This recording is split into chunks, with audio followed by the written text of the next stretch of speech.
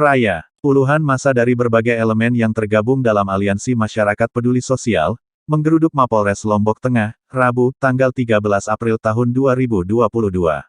Ini dilakukan sebagai bentuk kekecewaan dari massa terhadap Arapat yang menjadikan Murtade alias Amak Sinta, warga Dusun Matek Maling, Desa Ganti, Kecamatan Praya Timur, menjadi tersangka setelah menghabisi nyawa 2 dari 4 begal yang akan merampas sepeda motornya, Minggu dini hari tanggal 10 April tahun 2022 itu. Diketahui bahwa Amak Sinta menghabisi nyawa begal yakni Oki Wira Pratama, 23 tahun dan Pendi 30 tahun warga Desa Beleka, Kecamatan Praya Timur. Mayat keduanya ditemukan di Jalan Dusun Bebile, Desa Ganti, Kecamatan Praya Timur. Masa aksi menilai langkah penyidik sangat gegabah, karena malah menetapkan korban begal menjadi tersangka. Koordinator Umum Kordum Aksi, lalu Tajir Syahroni menegaskan bahwa, pihaknya sangat mengapresiasi gerak cepat aparat yang sudah berhasil menangkap 2 rekan pelaku begal yang sempat kabur. Namun mereka sangat menyayangkan, malah yang menjadi korban juga sebagai tersangka.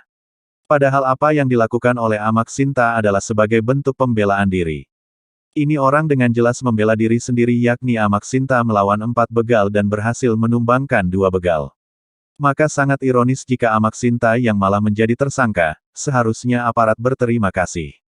Ini adalah penegakan hukum yang tidak baik yang dipertontonkan oleh aparat, ungkap lalu Tajir Syahroni saat melakukan orasi di depan Polres Lombok Tengah, Rabu kemarin 13/4.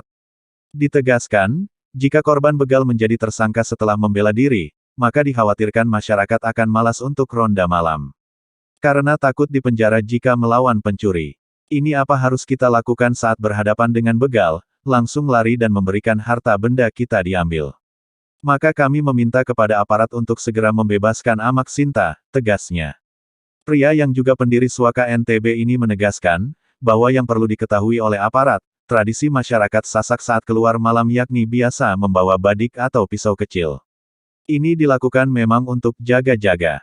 Kalau memang setiap kami keluar ada jaminan keamanan yakni polisi tetap mendampingi kami, maka tidak ada masalah. Ini petugas sepi malah rakyat yang menjadi korban dan menjadi tersangka lagi, geramnya.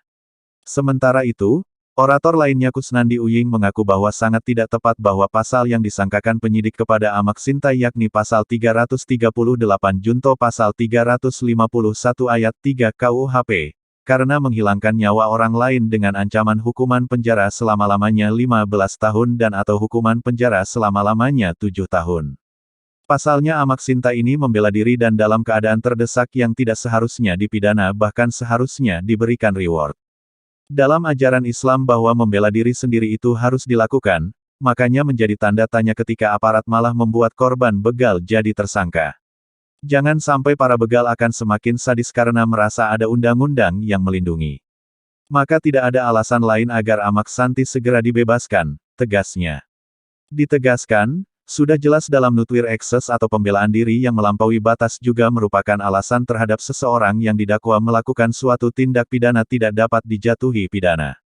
Hal ini sudah jelas diatur di dalam pasal 49 ayat 2 KUHP, yang intinya pembelaan terpaksa yang melampaui batas, yang langsung disebabkan oleh keguncangan jiwa yang hebat, karena serangan atau ancaman serangan itu, tidak dipidana, terangnya, Met.